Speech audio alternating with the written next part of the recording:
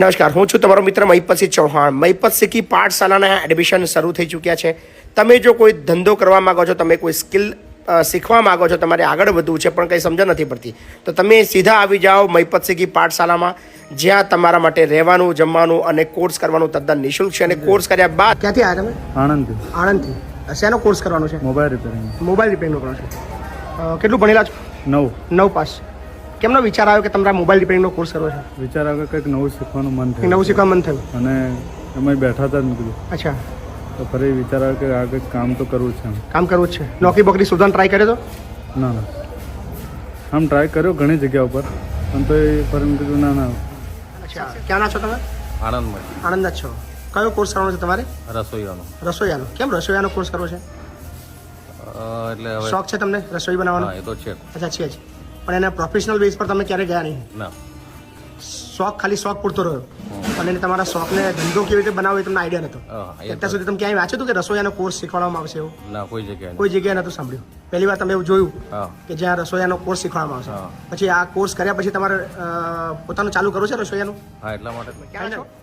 ઉમરાળા તાલુકો ભાવનગર. ભાવનગરથી આવ્યા છો તમે સ્પેશિયલ? કયો કોર્સ કરવાનો છે તમારે? ફર્નિચરનો.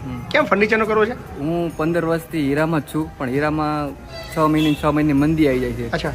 એટલે બહુ ગુજરાત નાખવા બહુ મુશ્કેલ છે. એટલે મેં કીધું હવે કાંઈક નવું કરી. પહેલા હીરામાં કેટલું કમાતા હતા?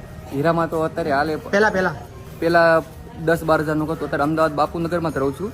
તો 15,000નું કામ થાય છે, પણ નક્કી ન કહેવાય કે 10,000નું થાય, ક્યારેક 20,000નું કંઈક રેગ્યુલર ન આવે પગાર એમ. અને મંદિરની માર વધારે છે. હા, મંદિર અત્યારે વેકેશન જ છે. પછી ફર્નિચરનું કેમ વિચાર આવે તમને? ફર્નિચરનું મેં કીધું અત્યારે ફર્નિચરનું ડિમાન્ડ છે. અત્યારે ફર્નિચર આ જમાનામાં બહુ બધા ઘર બની રહ્યા છે, એની અંદર ફર્નિચરની ડિમાન્ડ બી બહુ આવી ગઈ છે. એમાં કઈ મંદી આવવાની ક્યારે નથી આવવાની. એટલે મેં કીધું ફર્નિચરનો કોર્સ. આ સુધી તમે ક્યારે સાંભળ્યું ફર્નિચર રિપેરિંગના મિસ્ત્રી શીખો એવું કોઈ સ્કૂલ છે? સાંભળ્યું? એવું નહીં સાંભળ્યું. પહેલી વાર સાંભળ્યું. રોહિતભાઈ કઈ ના છો?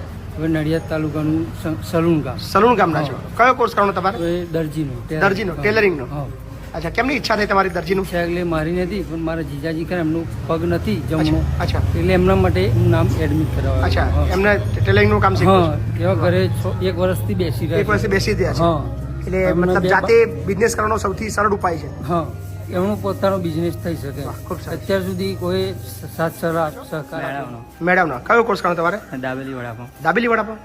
આ સુધી તમે ક્યારે સાંભળ્યું દાબેલી વડાપાવ બનાવતા શીખો કોર્સ કર્યો એવું? ના, હજુ તો કોઈ દિવસ સાંભળ્યું તો નહીં. ત્યારે ઇન્ડિયામાં આવું બધું સાંભળાયું જ નહીં, પણ દુકાનો બધી બહુ છે. દુકાનો તો આ જેટલા બી કોર્સ તમે જોયા એ બધાની ઢગલાબંધ દુકાનો છે, પણ આખા ભારતની અંદર ખબર નહીં એવો કોઈ વિચાર કેમ નહીં આવે કે ભાઈ આ જે બધી લારી કેવી રીતે ચાલુ કરવી, કેવી રીતે શીખવું, એ ક્યારે કોઈ વિચારતું?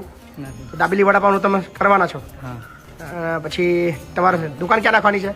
મારા ગામમાં જ નાખવી છે. વાહ. કેમ કે અમારા ગામમાં કોઈ વડાપાવ ને દાબેલી છે. મહિપતસિંહ પાઠશાલા તમને તમારા જીવનની અંદર ઉપયોગી થશે એવું લાગે છે?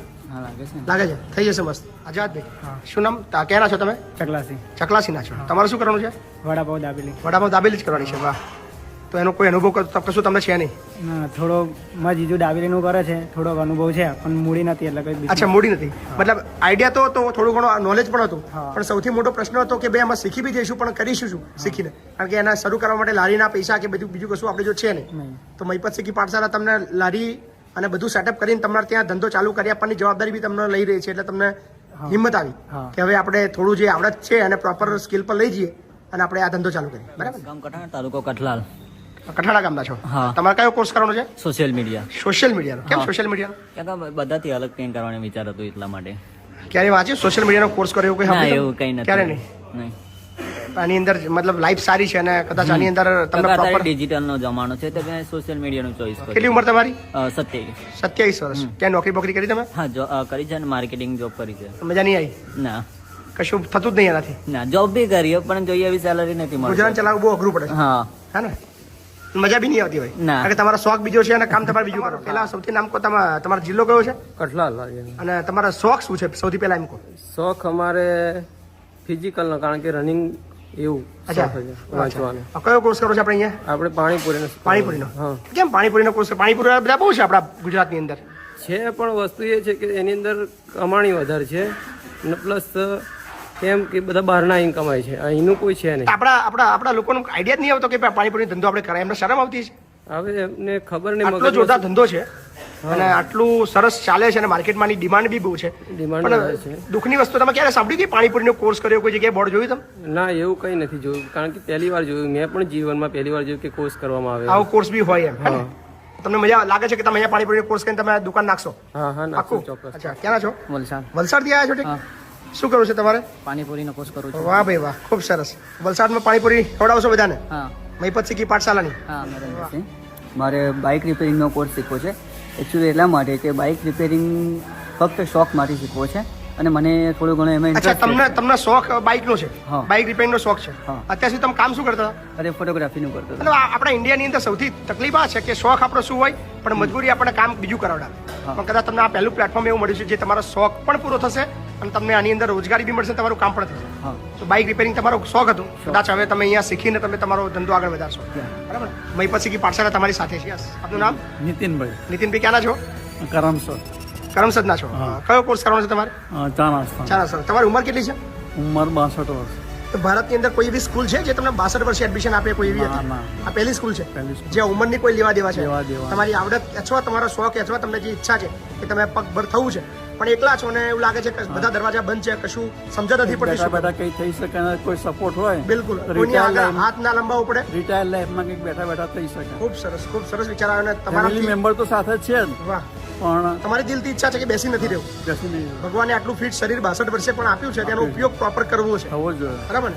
અને શીખવાની કોઈ ઉંમર ના હોય એ કદાચ તમારાથી લોકોએ વિચારવું જોઈએ કે આ ભાઈ 62 વર્ષના છે અને 62 વર્ષે મહીપત શીખી પાઠશાલામાં એડમિશન લેવાના છે, 45 દિવસનો કોર્સ કરવાના છે. અને શેનું દુકાન કરી છે તમારે? ચા નાસ્તા. ચા નાસ્તાની મતલબ કોર્સ કરશે. અને ક્યાં દુકાન નાખવાની આપણે? નક્કી નહીં નક્કી નથી પણ વિદ્યાનગર કરમસદી વિદ્યાનગર રોડ ઉપર. વાહ. ગમે ત્યાં. નીતિનભાઈના ખરેખર આનંદ વસ્તુ છે અને બીજા યુવાનો પર શીખવાની જરૂર છે કે 62 વર્ષે પણ તમે કોઈ કોર્સ કરી શકો, તમે શીખી શકો, ધંધો શરૂઆત કરી શકો. ધંધો શરૂઆત કરવાની કોઈ ઉંમર નથી. એ આ નીતિનભાઈમાંથી શીખવા જેવી વસ્તુ છે.